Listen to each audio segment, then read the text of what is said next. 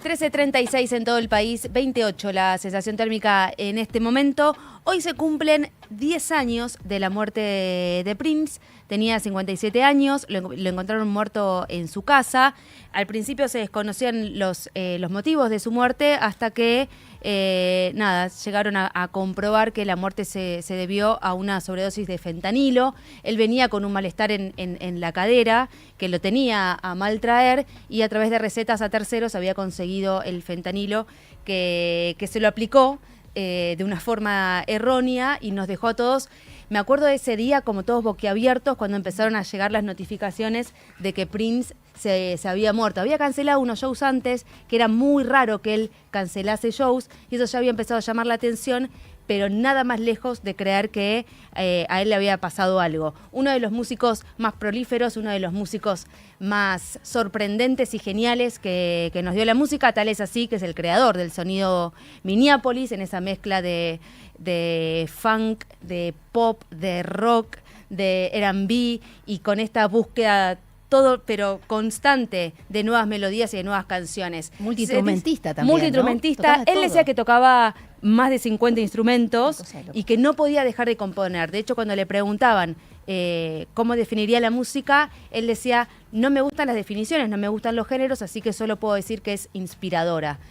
No podía parar de componer, no podía parar de escribir, no podía parar de dejarnos un montón de material. Tal es así que ayer se estrenó una canción inédita, una canción que había grabado en su momento Celine Dion, With the Tear.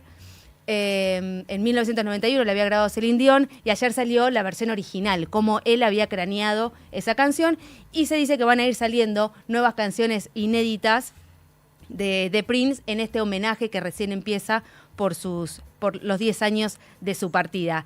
Él vino a tocar una vez a la Argentina y quien estuvo a cargo de la producción y quien lo trajo finalmente a Prince a Buenos Aires fue nada más ni nada menos el que trae a todos los grandes, Daniel Greenbank, con el que tenemos el gusto de hablar para recordar justamente qué fue lo que pasó en esa noche tan especial con Prince en nuestro país. ¿Cómo estás, Daniel? ¿Qué tal? ¿Cómo va? Muy bien. ¿Qué es lo primero que recordás cuando te recordás a Prince? ¿Qué sé yo? Fue 3 días que estuvo allá en el 91, enero del 91, Ajá.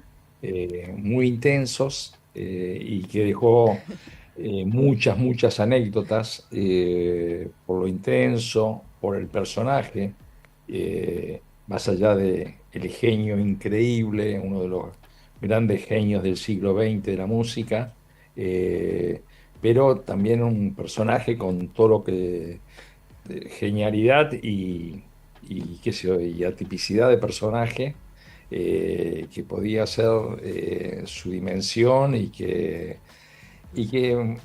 dejó muchas anécdotas en pocos días, ¿no? O sea, fue muy rico en anécdotas porque vino en ese enero del 71, venía de Brasil, eh, venía con una banda extraordinaria, The New Power Generation, y eh, en realidad llegó en ese entonces, en enero, en Buenos Aires, estaba casi todo cerrado.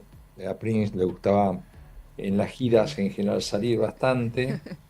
Entonces está la anécdota de que no había nada abierto y que fue a la Casona de Lanús. Un lugar Después impensado si uno piensa en Prince Sí, en la pero Casona de aprobado Lanús. por ellos, Sí, aprobado sí, sí. porque cuando yo sugerí si querían ir, mandaron antes a los custodios para ver si les satisfacía y les gustó y fue y estuvo esa noche ahí. Después, el día del show, lo que fue muy impresionante, más allá de esos 73 o 78 minutos extraordinarios, que fueron cortos, pero todavía se hicieron cortos por lo extraordinario que fue. Hubo una prueba de sonido de los que los pudimos ver de más de 3 horas, tocando para mí de lo mejor que tuve oportunidad de asistir y ver. Me En- acuerdo que en ese entonces varios, pues mandaron habíamos armado River sí. de espaldas, no, de espaldas a la tribuna Belgrano, mirando a San Martín, no detrás de un arco como se arma habitualmente. Ajá. Era un festival de 3 días y cuando eh, él básicamente lo que le interesaba y que lo había pedido explícitamente era una fiesta que se armara después. Y yo creo que soy de la idea, más que hay muchas teorías que estaba molesto, todo esto, la realidad es que Prince lo que quería era irse rápidamente a la fiesta. Es más, eh, para maquillarse, había reservado, nos había hecho cerrar una peluquería Mirá. o abrir, porque era un lunes a la noche, Ajá. para ir a maquillarse con iluminación apropiada, para ir a esa fiesta. Y, y bueno, fue un caudal de anécdotas que con el tiempo se fueron incrementando y como fue la única vez que nos visitó, quedó bastante en la memoria colectiva De ese todos. breve show, esas anécdotas, eso que fue a la Casana de Lanús, que después a raíz de las discusiones que tuve con la gente que lo representaba, por tan corto el set, y la fiesta no estaba por contrato y él se remitió al contrato, yo dije, bueno, en el contrato no tampoco dice que pues te remitís al contrato, el contrato no dice la fiesta está cancelada, no puedes hacer esto, sí, que vamos, y nadie se animaba a decirle a Prince que le habían cancelado la fiesta. Y de No, hecho, no había nada abierto, eso era, si el domingo era difícil de ese enero, ese lunes era mucho más menos. difícil. El único lugar que habría abierto era Shampoo. Y lo llevaron y Prince jamás se enteró que fue a Shampoo. Fue Me una muero. fiesta muy bizarra, bajo todo punto de vista. Pues se juntaron desde... Prince era el sex symbol de la época, era Sí.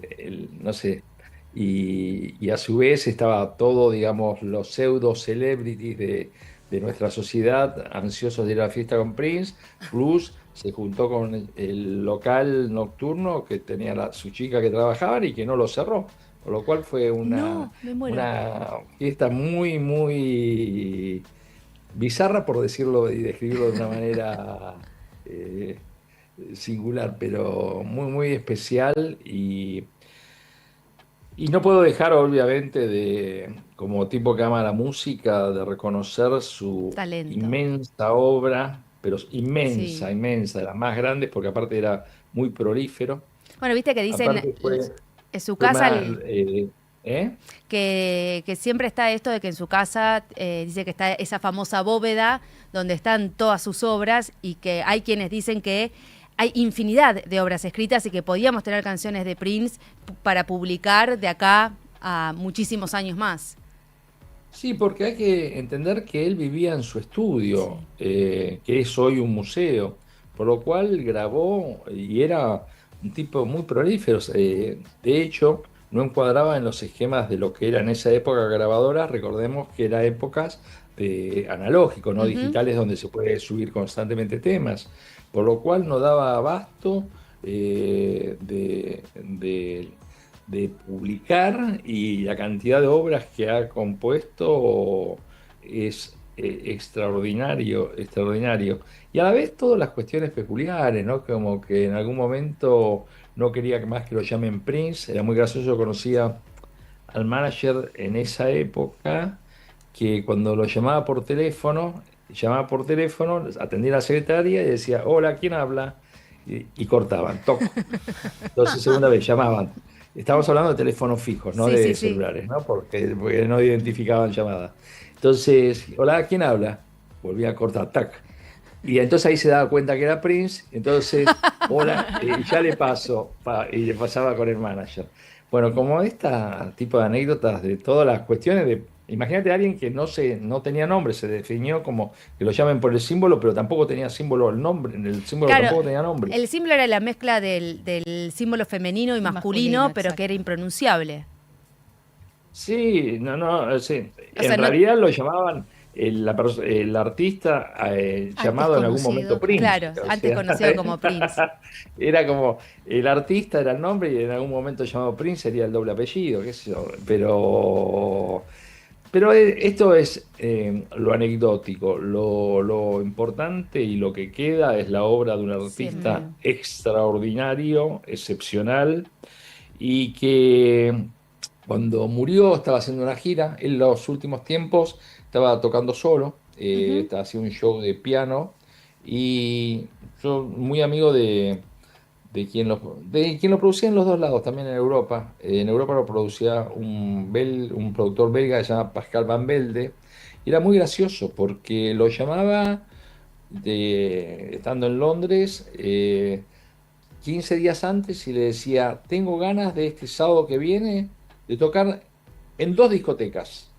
Armarme dos discotecas, no una sola. Quiero que me arme dos sets en dos discotecas distintas para tener dos públicos distintos y con 15 días de anticipación. Obviamente iba a lugares muy chicos en ese, porque tenía ganas de tocar simplemente y con solo anunciar en la radio que Prince iba a estar en ese lugar se Ya agotaba estaba, rápidamente. claro. Pero siempre fue muy por fuera de las reglas de lo que se llama el establishment del negocio, se manejó siempre, fue un marginal pero con esta genialidad y esos shows que armaba en discoteca, como estaba tan así improvisado, había shows que duraban 45 minutos y había shows que duraban 3 horas y media y que Increíble. cerraban la discoteca con él, o Espectacular. sea, en clubes en Europa. Daniel, y un No, hombre que ama la música, como recién decías, ¿cómo pasaste de ahí a las muestras inmersivas? ¿No? Todo lo que nos encontramos siempre en la rural, en donde nos invitas a esos viajes exploratorios. un poco fue la evolución de cómo se fue concentrando en las grandes corporaciones, todo lo que es las grandes ligas de la música internacional. Estamos asistiendo en estos momentos en Estados Unidos, inclusive a un juicio muy grande con Live Nation por Mm, monopolio. Eh, sí. y viendo en la pandemia me puse a investigar un poco cuáles eran los huecos y los nichos que tenía yo para desarrollar y encontré el área de exhibiciones.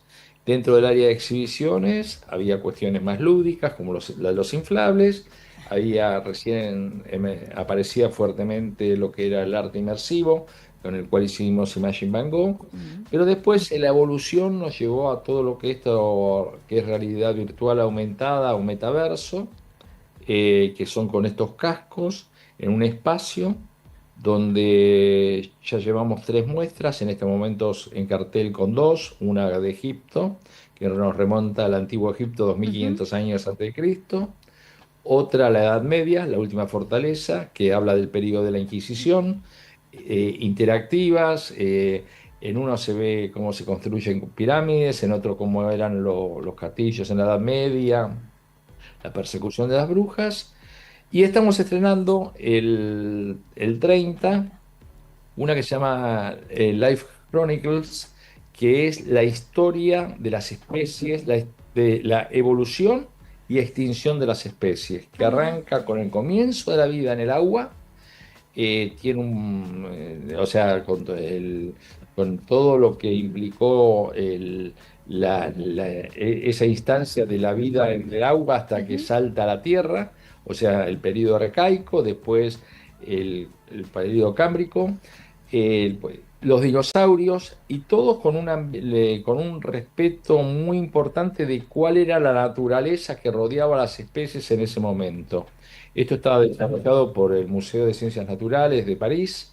eh, Tiene una rigurosidad muy estricta en cuanto a la veracidad histórica, a lo didáctico, y a la vez muy divertida porque convivís, está desde viviendo abajo del agua, como era la vida subacuática antes de emerger a la tierra, con los dinosaurios. Hay una parte de los dinosaurios en la muestra que es fantástica porque realmente convivís, caminás con los Ah, qué dinosaurios, lindo. tenés mil experiencias y termina un poco con la crisis climática y la extinción de muchas especies. Ah, Me parece claro. que abarca,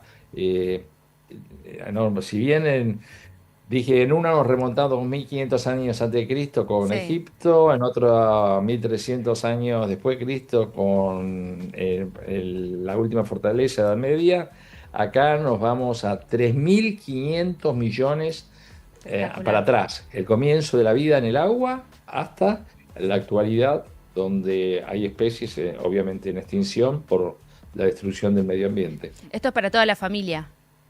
Absolutamente, Me la encanta. verdad es todo, en general todas las exhibiciones creo que, si bien algunas, yo creo que la última Fortaleza pues tiene muchos combates, aparecen dragones, mucho Games of Thrones, o la de Egipto, que Egipto te recorres, subís a una pirámide, ves cómo era el Egipto antiguo, cómo se ve de las pirámides hoy el Cairo, navegás por una barcaza, participás de una ceremonia de Ujú. momificación. Son proyectos familiares, los vemos por la gran concurrencia de familias que tenemos fundamentalmente los fines de semana. Y lo que va a permitir ahora con esta incorporación y con cierta tecnología que renovamos en la rural, que vamos a poder tener los tres contenidos en forma simultánea y que la gente va a poder tener un menú de oferta bastante interesante y muy distinto una de la otra. Me encantó. Grandes experiencias para disfrutar entonces con toda la familia.